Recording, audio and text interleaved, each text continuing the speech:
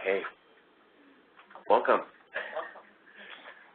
Okay, so I think everyone here knows me. I'm Joe Higgins, but I'm departing the city on Monday, and so I promised Jack and Mary and Karen here that I will go ahead and present as much as I know about these modules, specifically catered towards the end user. I've already done some knowledge transfer with Mary and Karen and recorded those sessions about actual configurations that you all don't need to worry about and don't really interact with in the system. So many of you who've interacted with AR and Karen know that she's super capable, but she'll be a one-man show at that analyst level, and so I've got the full confidence that she'll be able to be responsive to your requests. It's just the volume is going to increase with my departure. So let's go ahead and talk through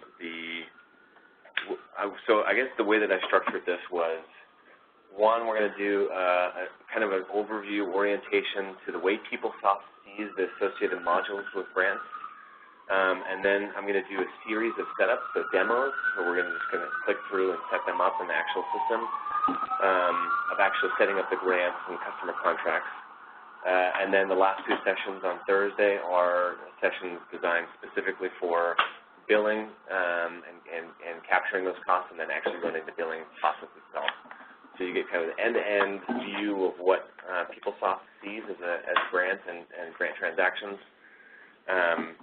And yeah, okay, so without further ado, okay, so for today, I'm going to just do a quick overview of the grants modules, and then I'm going to talk a bit in depth about each of these modules and what they do for us, specifically in the context of PeopleSoft, okay? And so I think, over the course of last year, I've learned a great deal about, the way that the city handles its business process with regards to grants and payments. And there's a little bit of a gap between the way that the city understood grants and payments and the way that PeopleSoft understands grants. And so I'll do my best to try to capture those learnings over the course of the last year. But at the very end, of course, we'll open up to questions. And then quickly, I'll touch upon some queries. You're all been in receipt of these before, so this shouldn't be anything new, but just recording it for posterity. Okay, so PeopleSoft, the 5 modules associated with the grants life cycle are customer contracts, that's CA, grants management, that's GM, project costing, that's PC, billing, acronym is BI, and accounts receivable, so that's AR. So these are all your grants-related modules. Now, let me get rid of this recorder again. So these are the cost capture and revenue modules. They are not the budget or expenditure modules. And so we get a lot of, there is some confusion across users about what it is that we're talking about when we speak about a grant. And so this really is the whole the parts of PeopleSoft that tag incoming revenue as grant-related revenue, and then tag projects and activities as grant-related projects and activities for the purpose of reimbursing those activities. And then of course, applying the actual payment to the outstanding receivable that's generated through this process. These modules don't talk about when the city is the grantor and we are the sponsor giving a subrecipient, a community-based organization, or even another kind of pass-through agency money from the city of San Francisco to them to execute, right? And again, this is also completely separate from the commitment control module, which is used to establish the budgets themselves for grants. And I'll talk a little bit more about that. Okay, so here's kind of like the general orientation for these grants. Really, where the rubber hits the road and the biggest power for PeopleSoft is your customer contracts. So that's really where this whole story starts. Grants management is a bolt-on to the customer contract, okay? And so I think the best way to think about this is that, okay, the real core of all the transactional processing lies with the values that the end user has set up for the customer contract. And then the grants management award profile is a bolt-on. It's all the non-financial information associated with this grant. And then, of course, we've got project costing, billing, and accounts receivable. And those are three distinct modules that are kind of separate and follow the kind of sequential order in that way. The transactions go through project costing, tees them up for billing, tees them up for accounts receivable for you to apply those payments. Okay, so let's talk first about, in my view, is the most important. It's the customer contract. So a customer contract is an agreement to sell goods or services to a customer. So in the private sector, when a company is selling goods to a regular citizen, they can use the customer contract to identify, say they're selling me desks. They say Joe Hicken is the customer, and they're selling me desks. Or let's say they're a law firm and they're doing consulting, they're consulting with me on something or other. The law firm can say Joe Hicken is the customer, and it's a rate-based product that they're selling me. So they're selling me consulting services and they're billing me by the hour, right? And so the contract with the customer, I'm the customer in this case, kind of tees up in the financial system what it is, who it is they're selling to and what it is they're selling and what those terms are, right? And so these can be, again, fixed goods or rate-based services. So either they're selling goods, desks, chairs, computers, or they're selling reimbursement or rate-based services, so consulting fees, or just as they incur costs, they pass those costs on to the customer. In PeopleSoft, the rate-based, the way that we've implemented it, the rate-based products are tied specifically to projects and activities. So we actually tag specific projects and specific activities on the customer contract itself and say, hey, these, anything that hits these should be eligible to bill to that customer. So it's a way of bucketing and tagging those, anything that falls in those categories. The customer contract links to the bills, so it's a way to tell the system that, hey, the bill's originating. So we've got one business unit, but it's a way to tell the system where the bill's originating from, which department, and under what terms, like if you want to prevent the assembly of a bill until it's met a certain minimum threshold, or if you want to bill on a quarterly basis or on a monthly basis, we can set that up for you. And of course, the way that we've implemented it, the billing is tied directly to the revenue. And so you can set this up where you separate out the billing from the revenue and do the revenue recognition separately, but the system implementation at Go Live was we have these two tied together. And then lastly, another major component of the customer contract is you can set up a limit to the total amount that you're going to bill a customer or a sponsor. So this is the context not in grants. This is just totally a customer contract itself where the city's selling something. So the grant is a bolt-on to the customer contract. So this says, hey, okay, we've got an agreement to bill a customer for something. And the grant award says, hey, this agreement is actually not just a regular, customer contract. It's actually a grant version of the customer contract. So it includes all the non-financial information that you can't include in the customer contract itself, right? So it's going to include your CFDA number, whether or not who the principal investigator is, whether or not this is a pass-through from the state, but it's actual federal funding where you can tag that. I think that those have been updated over the last year. It can include what authorizations the grant has gone through in order to execute, right? So we've got all of our P&P associated with grants. And as I mentioned initially, right, this award says, hey, this customer contract is a grant. We have other users in the city who could potentially use the customer contract for non-grant related reimbursement services. So if, for example, we had one agency that spend city time to support some private sector development, and we get reimbursed for those costs, they could use the customer contract to bill the customer for those costs. And that wouldn't be a grant, right? And so that would be a way for us to distinguish the functionality here, or I guess not the functionality, the bucket of what it is that we're doing here. Okay, so that's customer contract and grant. So let's talk about project costing. You've seen a kind of a version of this image before. Project costing sees every transaction that comes through the system, and it's logged in this massive database. And I can report to you by project on all of your requisitions, your purchase orders, the budget activities, the general ledger entries, the vouchers, everything that goes through. I can see that in project costing. So every night at, I think, 7 o'clock, maybe 8 o'clock, 7 o'clock, we run a cost collect process. And so we pull from AP, we pull from general ledger, we pull from expenses, AR and purchasing. We suck all that data into the project resource table. We don't, right now we've stopped thinking commitment control with project costing, and it's not necessary to go into at this point.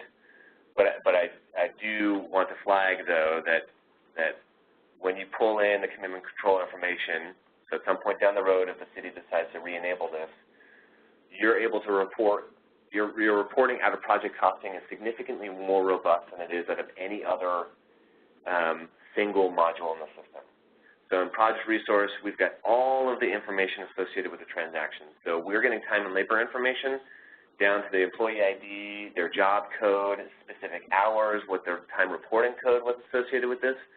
Whereas when you're reporting out of just the general ledger, all that information is stripped out, right? You don't have access to that information. You can't do the complex analysis.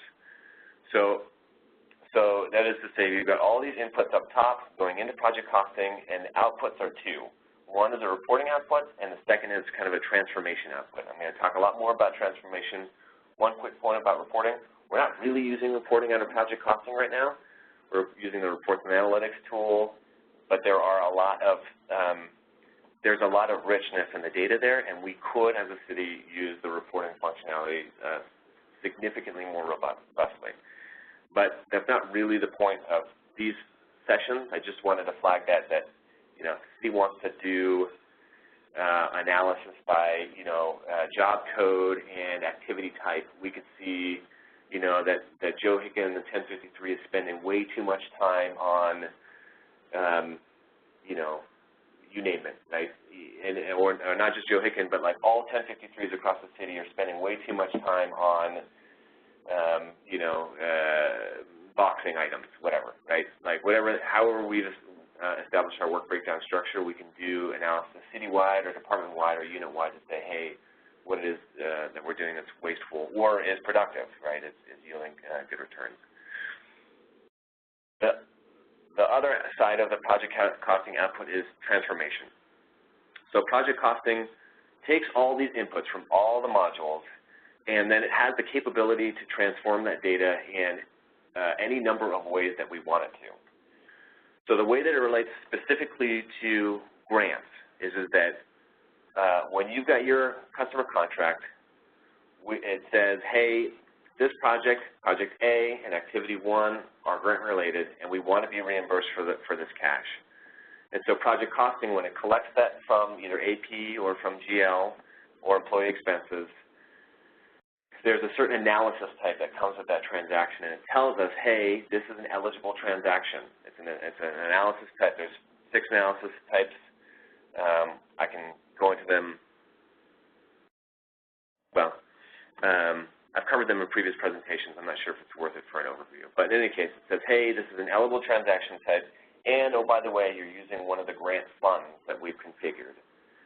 If these 2 conditions are met, then go ahead and create another value in the project costing, the project resource table that says, hey, this is the original transaction, the original cost transaction, and go ahead and create a billing value in project resource. I use the project resource as the name of the table. in project costing. That value sits there, and it does another thing. It triggers the accounting rules, and it says, hey, we've got a source transaction that created a billing row, and now go ahead and create associated accounting entries for that. So you debit your unbilled accounts receivable, and you credit revenue. And I can show you what queries kind of associate which funds to which revenue account is associated here. And then, okay, so it's created those accounting entries, and then now that billing row, not only did it create those accounting entries, it also becomes available to billing when you're ready to run the billing process.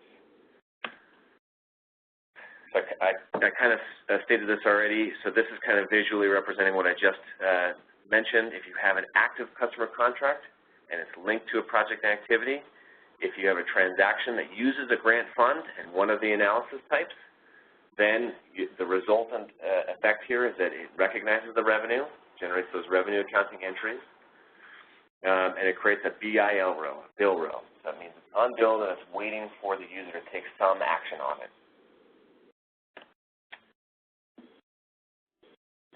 So here we are. This image is just screenshots of the test environment, and it shows you the linkages between your grant award profile, your project itself, and the customer contract. And so the award ID and the contract number are the same because the grant award is a bolt-on to the customer contract. Your projects and activities are linked because you've, in the customer contract, tagged a specific project and specific activity to be eligible. So all these three kind of documents are linked together, and we care a great deal about how we've configured this. If we've done anything wrong up until this point, then all of the transactional data that's generated is going to be wrong. And I think that's why, for one reason or the other, when you talk about stuff citywide, what everyone's business process is, why they were or weren't using it, there were some that used it and it worked fine for them. They had the linkages correctly. There were some that just, they were dealing with other crises and they never got around to updating the conversion data, the converted customer contracts. But essentially, it's on autopilot. So for all those converted customer contracts that are out there, or anyone that are still currently out there and active, as you post those expense transactions and you've seen this reflected in your trial balances, you see a ton of revenue recognized and a bunch of content and unbilled accounts receivable. Now, Mary was able to do a system sweep at the end of fiscal year 18 to try to reverse as many of those as we could, seeing that users weren't necessarily going to use those customer contracts to bill. But at some point down the road, it behooves the city to either clean those up to inactivate those customer contracts, or to steer them correctly so it's adding value for you and it's collecting costs the way you need them to. So that means making sure that the associations to the correct project activity that you actually want to be reimbursed for are linked appropriately. Okay, so once you've done the setup for your customer contract, your grant award profile, and linked it correctly to your project, the user, and I actually didn't include this on the slide here, but the user needs to set up their budget. PeopleSoft, as delivered, allows you to create budget from the grants management module, but we've disabled that from a policy and procedure perspective so that all commitment control budget journals go through the commitment control process as opposed to from grants. It's probably a smart move for us, at least until we're comfortable with the system. So you've set up the budget. You post your expense transactions, your salaries, your your actual vouchers, et cetera, using the project that you link to in your customer contract. And as that happens, it creates those BIL rows, right? And they just sit there. All those BIL rows just sit in project costing, and they sit in project costing until the user manually runs a billing process. So this chart right here are the 6 kind of PeopleSoft billing steps associated with picking up those values to bill. Your first step is the contracts to billing interface. So this is just saying it's basically collecting everything pursuant to the customer contract that's sitting in project costing, waiting there, and you're establishing the parameters through which you want to send all those rows over to billing. So you can do this by project, you can do this by customer contract, you can band it by months, by quarters. That first step is kind of your first, okay, hey, this is how I want to bucket all this and send it over to billing. We have a user, I know we have a user at one of the hospitals that does this monthly. We have a department that's doing this quarterly, and running all the billing through it end to end. The billing interface, running the billing interface itself is an administrative step. I'd like to get rid of this step for city users. There's a proposal pending with AOSC. We're waiting on that to go through, where this is just a nightly sweep like all the other batch processes for the city, and it's just, if you ran step one, that contracts to billing interface, then that night the billing interface itself will run through, and anything that was run through that day will get picked up, and the user doesn't have to run this process. But right now, the user does have to affirmatively go in and run the billing interface. You have to find the interface ID that you created during step one, and you have to run the billing interface itself. So it's an administrative step, and it sends the content from the interface to actually, it creates a temporary bill in billing. And it actually creates a temporary a worksheet that you have to review and approve. So if the values in the worksheet exist the way you expect them to exist, that is to say, there's no bad data in there, there's no, something didn't get picked up for billing that you didn't want it to, so you incurred $100 in cost and you're expecting to bill $100, then you would just approve the worksheet writ large. So the header value on the worksheet is the total amount, and then if you go to lines, you can review and change the status for every single line individually.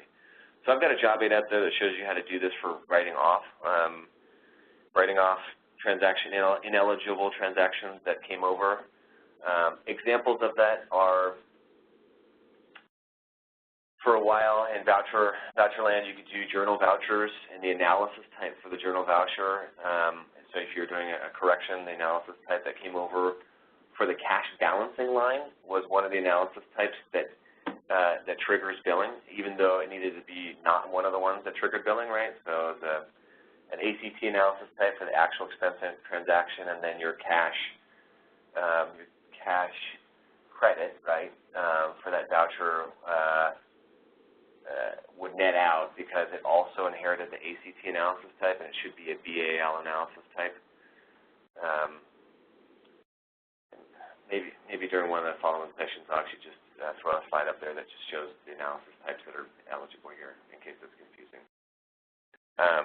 In any case, so you're able to write off transaction that came through, and as the city, for example, journal vouchers aren't the way to go anymore, $0 vouchers, so that business process, so that is eliminating that bad data coming over to project costing. There was some bad data coming over from general ledger because of the incrementals, and we figured out how to collect that data from the general ledger differently so that you're not getting bad data anymore.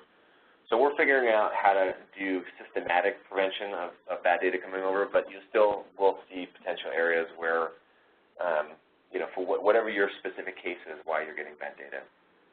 So in any case, you say bill it, defer it, and all deferring does is it just doesn't collect it in that particular bill at that time. It makes it available for you to bill again down the road. And if you defer it, the revenue is still recognized for that value. So I think generally speaking, if you're deferring values, it's unless you want to bundle it in a different invoice, it's unlikely that you're going to use the defer function. It's either you're billing it then for this quarter or this month, or you're writing it off. I haven't heard a use case where a user had a cost in January and didn't want to bill it in Q3, they wanted to bill it in Q4.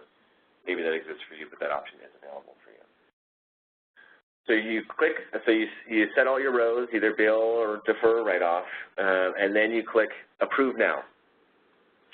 And once you approve it, it sends it over to billing as a real bill. So it's not a temporary bill, it's a real bill, which you have to finalize.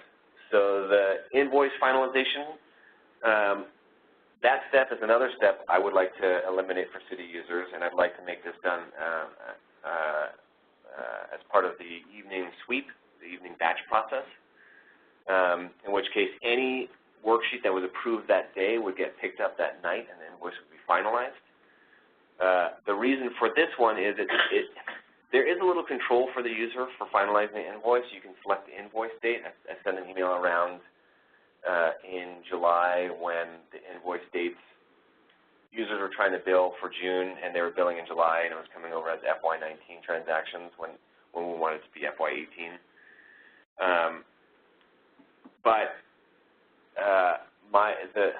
Some of the bad data, so sometimes users were billing, finalizing invoices, but it wasn't reflecting back in project costing.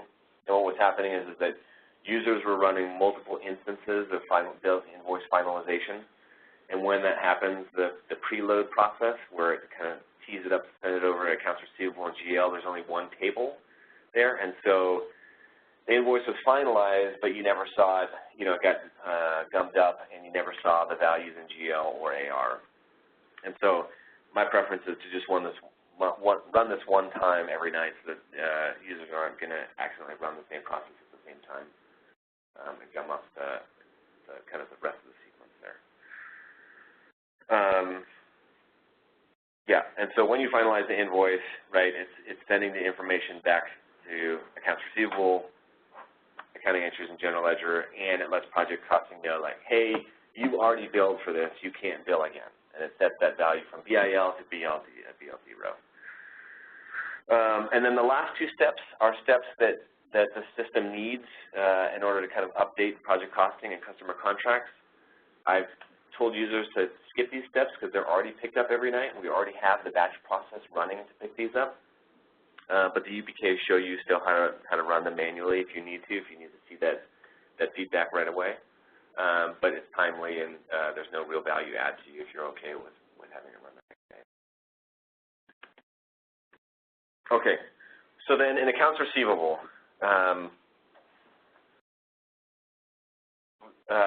so we get cash from a customer or a sponsor in the door, and we record it as a deposit, as a payment on a deposit.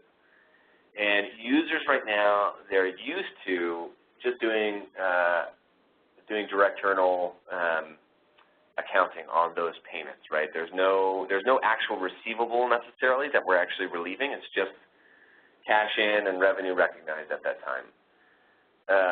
The way that PeopleSoft understands this is that revenue is recognized, right, when the cost was first incurred, and the city sees that as already revenue in the door because we're expecting to bill it and we're expecting them to pay it.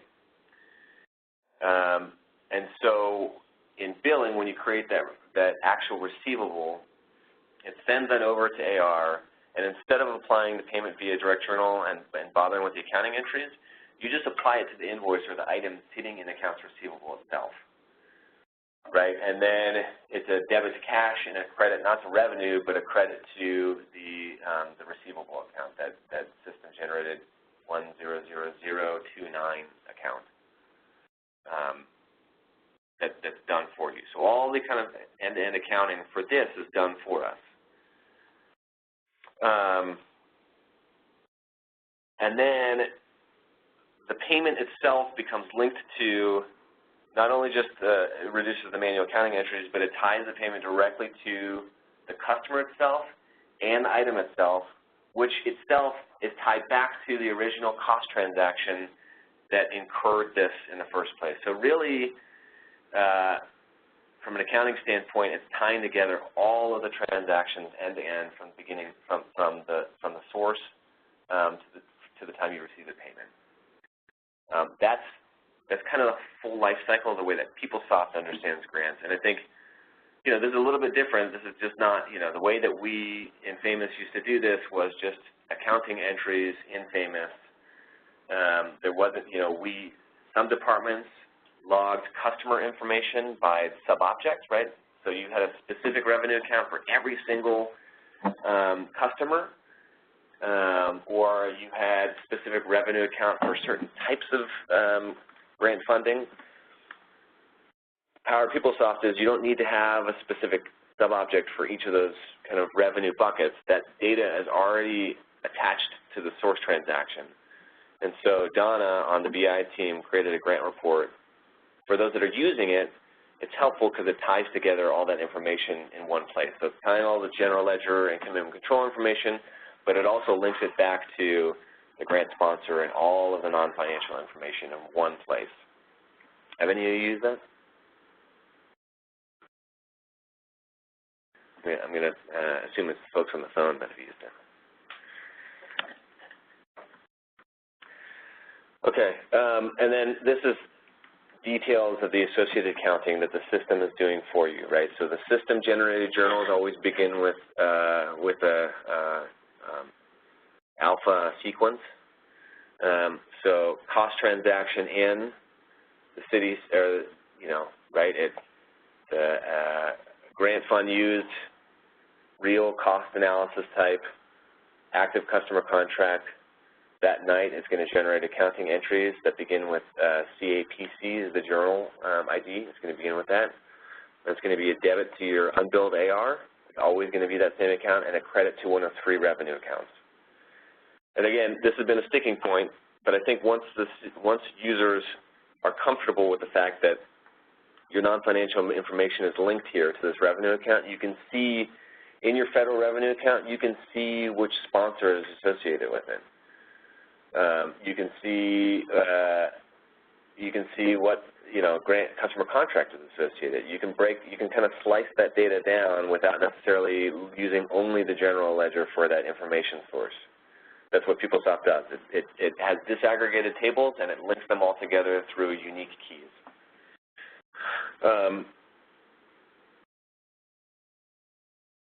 When the user actually runs the billing, all it's doing is it's actually just the accounting there is just it's debiting the AR. It's converting that unbilled AR debit into a AR debit. That's all it does.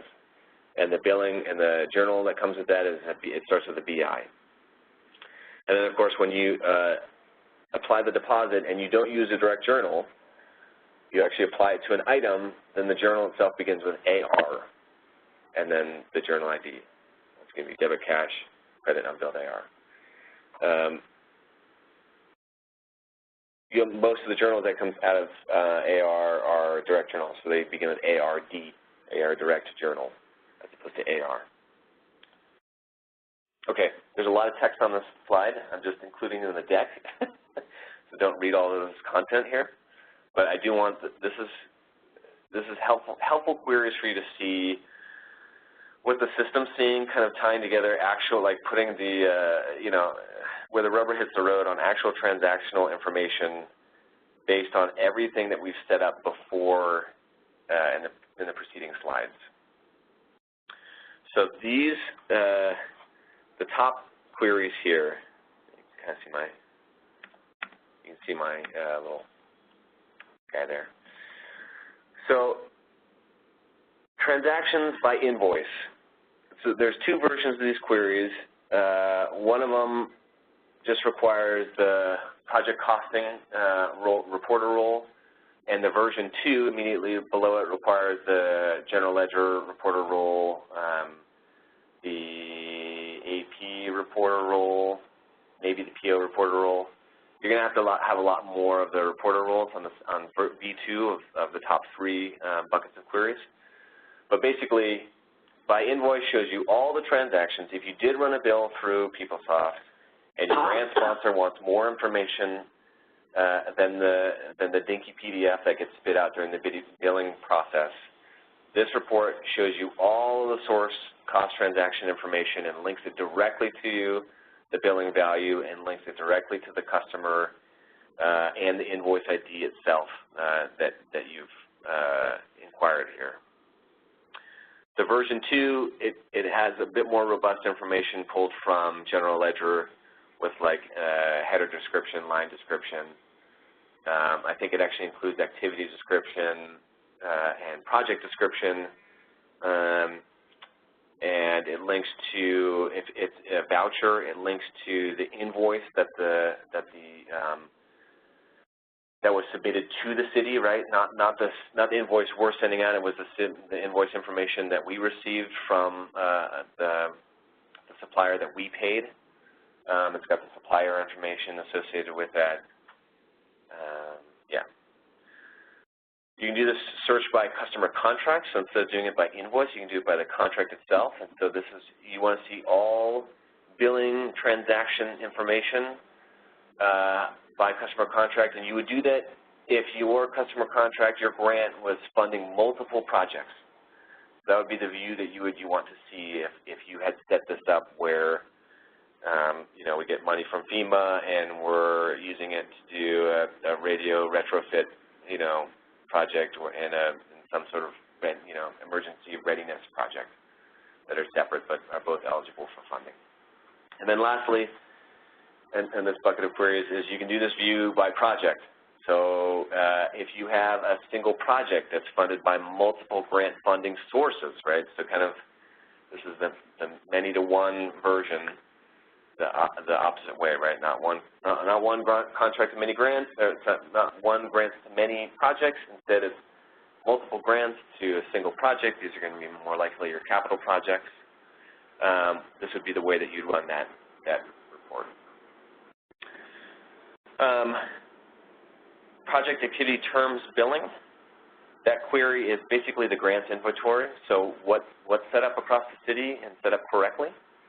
So grants, things that won't appear in this query, for example, as I mentioned at the beginning, is if you have a customer contract that does not have a grant award profile. So either whether or not you intentionally did that, right, this wasn't a grant, or you just forgot to click the button, it's just not going to appear here in this inventory.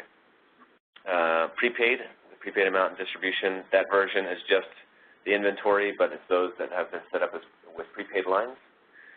And then the last two show you a little bit of the configuration that the R2C team is responsible for.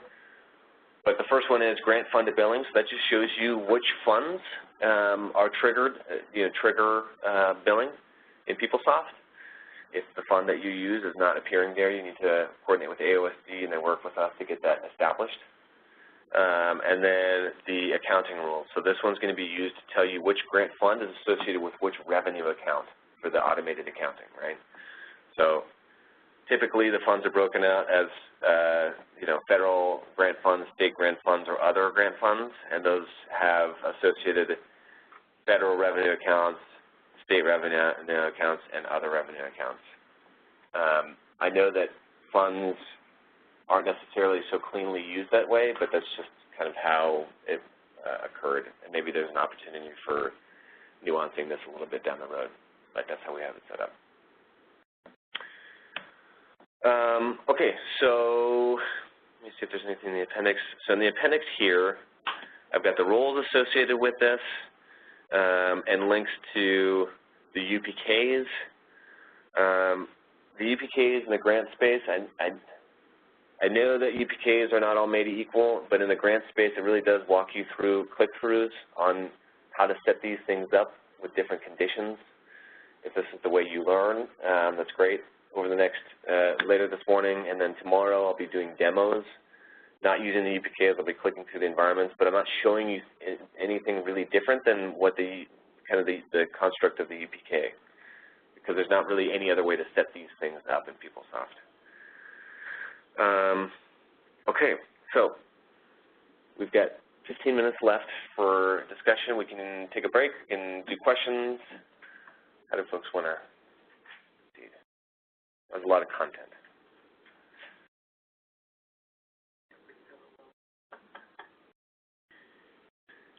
So are any of you running grant billing at any bill business? No, that's fine. I'm just wondering, is anyone running it? So I'm presuming if you're here, you're looking at the information because you may use it. Right? No? Okay. They're shaking their head, yes. Yeah. There's a few head, yes.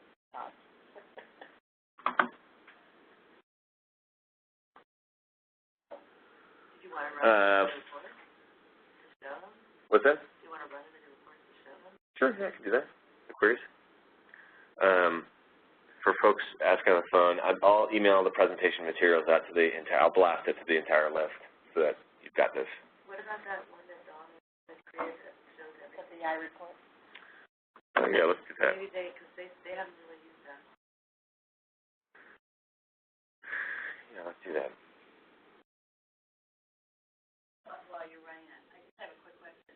So if you were going to run grant billing, what's stopping you? Is it that you have to do too much work in billing because everything that comes over you're not going to be reimbursed? Yeah. Oh, you're So I mean, this whole process can be automated. So I'm assuming that all the transactions project will not be reimbursed. Otherwise, you guys would use it because why would you do something manual? Or you would. So what we're just trying to figure out is what is preventing you guys from using this? Is there too many steps in here?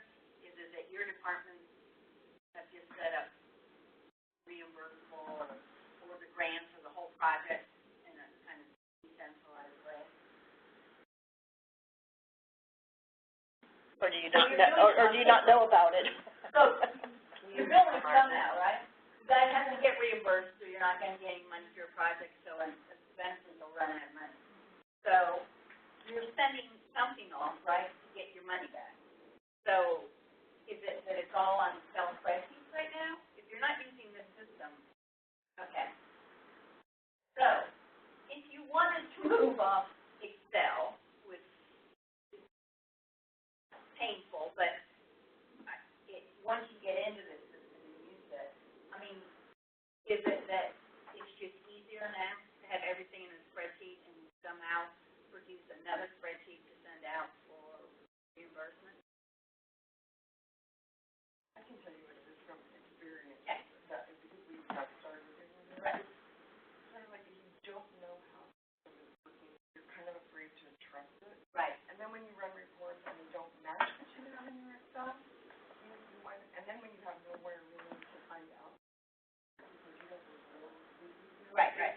and you don't understand this is what it was for me. If I don't understand the background and Right. where those numbers are going, on this, write something off, where is it going? Does that mean it's just written off the bill, or is it written off GL, or, you know what I mean? It's sort of like, the overall information I understand is new and we're all learning it, but it's sort of like, if you're asking what the stuff Right, is, right, right. you know, Right, what's exactly. stopping you from moving to that next step? Yeah.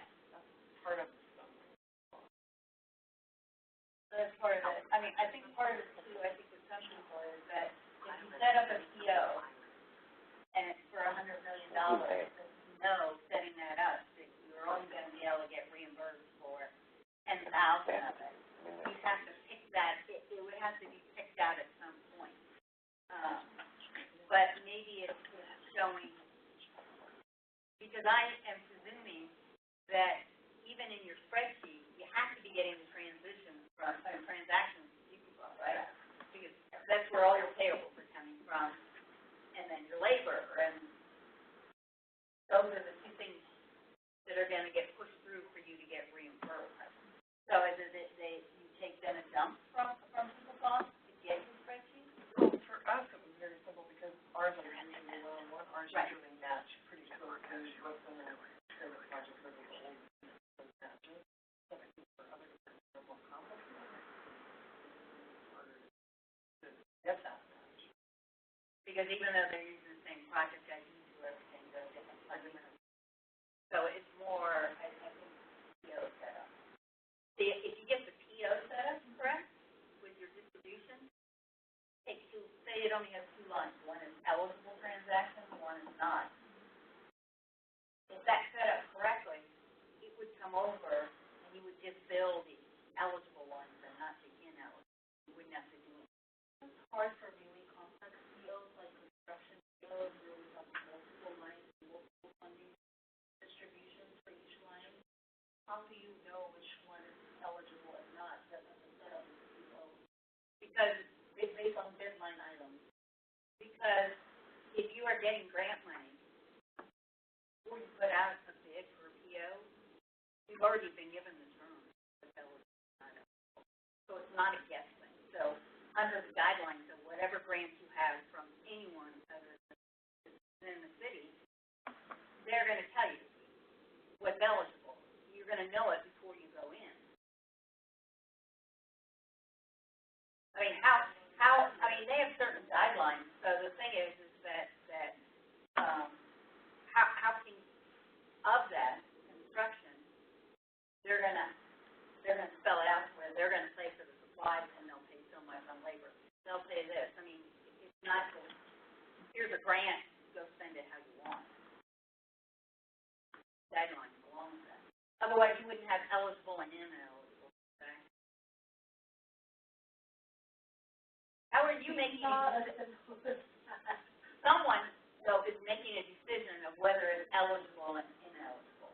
Right now, a human is, right, via spreadsheet. Okay. And they're basing that on what? So, for instance, what would you base it on? So the grant has rules to it. Okay. And so then that would apply. So you would know with that grant what they're going to reimburse for and what they won't.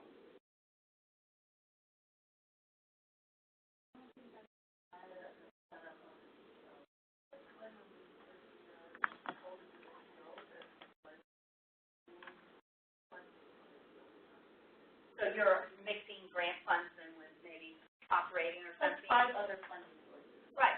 You have multiple funding sources. I mean, and there's still ways to do that where you kind of roll up to this, okay, you're not going to know until later date what funds you want to apply. But I would suspect there was a lot of them,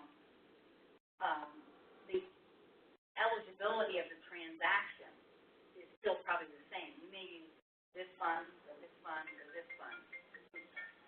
But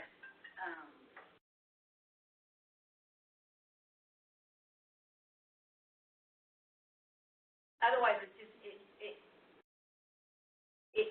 becomes a manual process, and that, and there is a way to move to where you can automate it. A lot of people use this system the same way they have multiple funds. But by setting up the PO and knowing, you know, if you're just putting out a PO and then afterwards decide if a transaction is eligible or not, and then you assign a fund to it.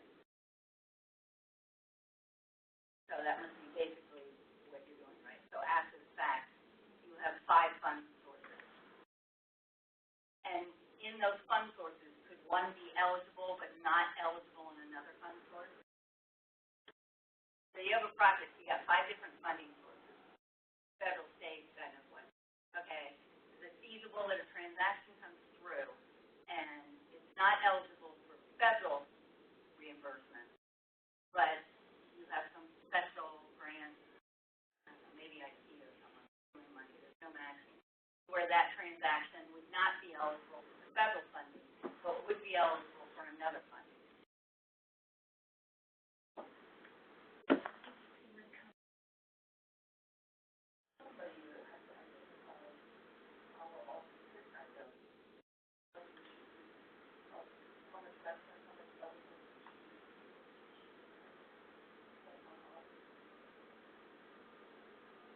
But it's actually the other way around. Because you can't spend money you don't have, correct?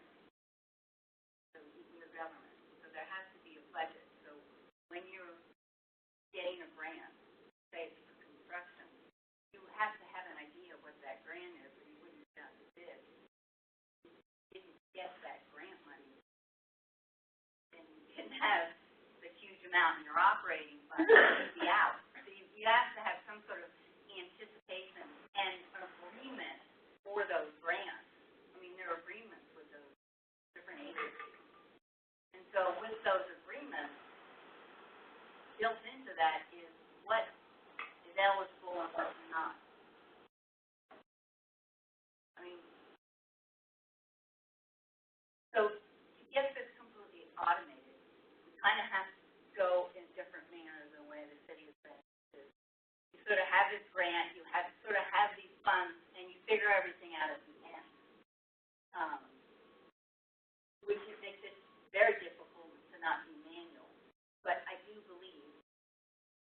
writing it down and switching things is you should be able to figure out at the beginning. There's always going to be one fund or you have something for surplus or something.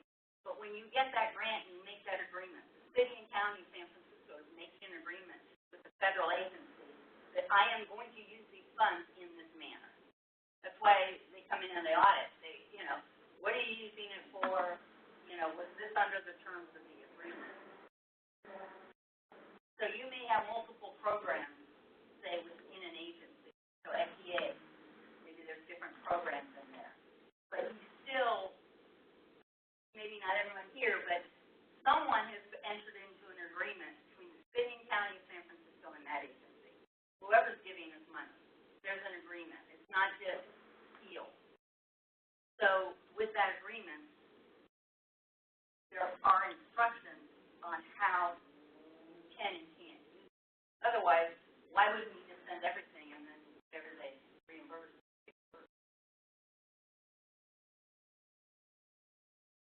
I mean, you send transactions out for reimbursement and they come back and say they're not eligible. That's why we do it in the end. We look at all the transactions and make sure that they're eligible before we send it in. Don't send it in. Right. But you're looking at the eligibility based on what? You have to get the transaction. On the labor and non-labor. And labor. Yeah. Labor does like kind of weird. I don't know how we could determine that as we can. I mean, our labor setup is not closed out. I don't know how I can determine that right off at the beginning of the project. You don't know what they're working on at that time. If it's going to be eligible or not. It would have to be really detailed, and I mean, the PMs would have to really tell us, I'm working on this particular pitch or whatever, and that's going to be eligible for, my 4 hours is eligible for grant. So when they're putting in their time right now for you, and I'm sorry, I'm just trying to get information. So when they put in their time, they don't, I mean, they know what they're working on, right? They were in the mid. I mean, they know the project activity and the funding.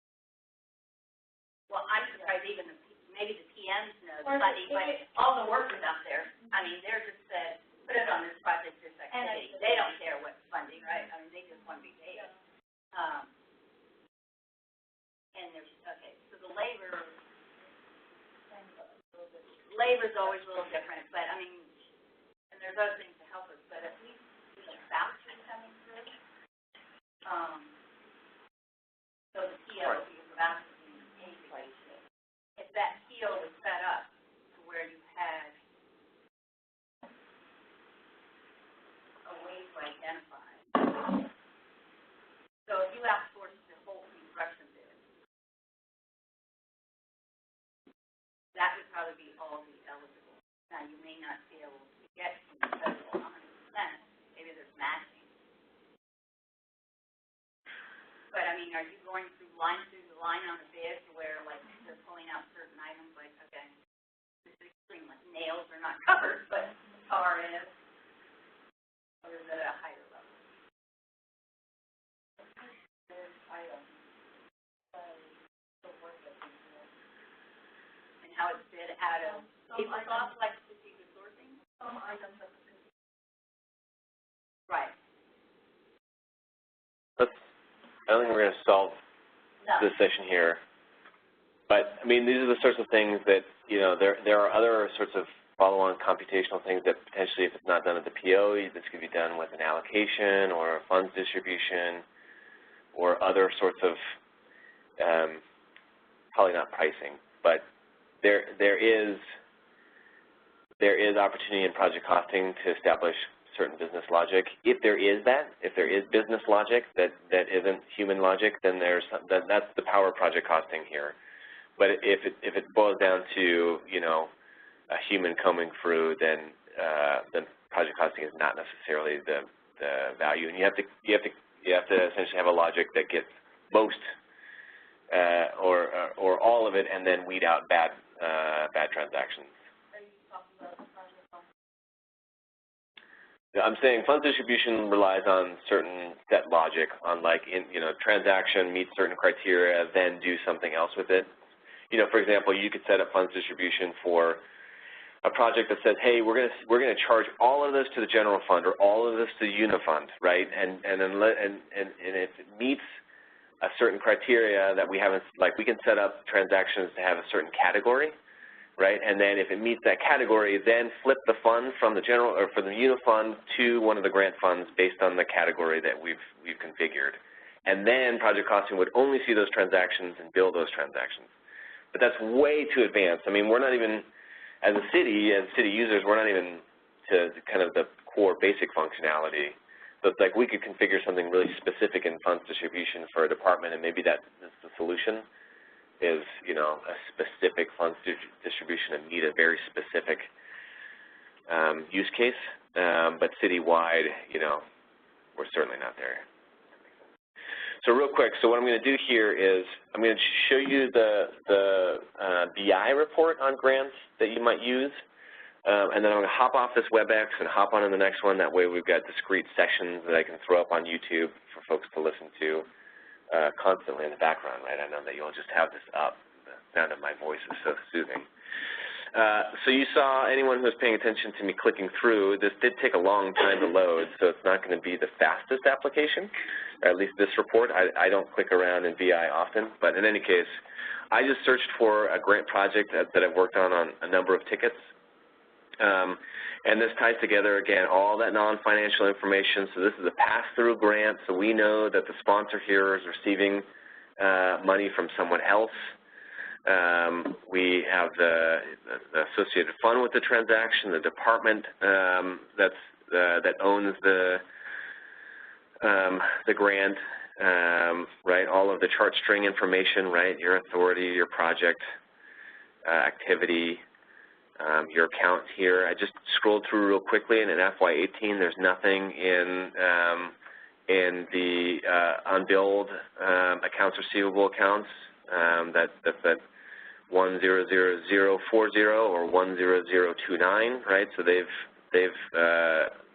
grant has, all the billing has been completed in FY18. It's tying together your CFDA information, the grant start and end dates, the customer contract, who the sponsor is, right, that they are the sponsor of it. And so any sort of revenue here, right, and this is by a particular project and a customer contract, but any revenue, where's my account? Where did that go? Sorry, I'm making you all dizzy here.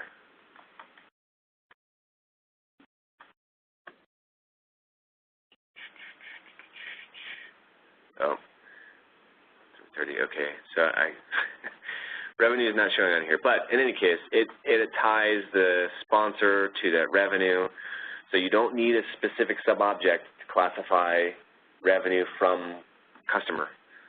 And then, of course, this is all the information about budget and actuals, et cetera. And that information looks very similar to the budgets versus actuals BI report that some of you may use for non-grant related reporting in BI. So we're going to, for folks on the phone, we're going to just take a quick 5-minute break, and then we'll start the next WebEx, and then you've got the link. You have to follow the link in that other session. So I'm going to end this particular WebEx and move to the other WebEx, okay? Great.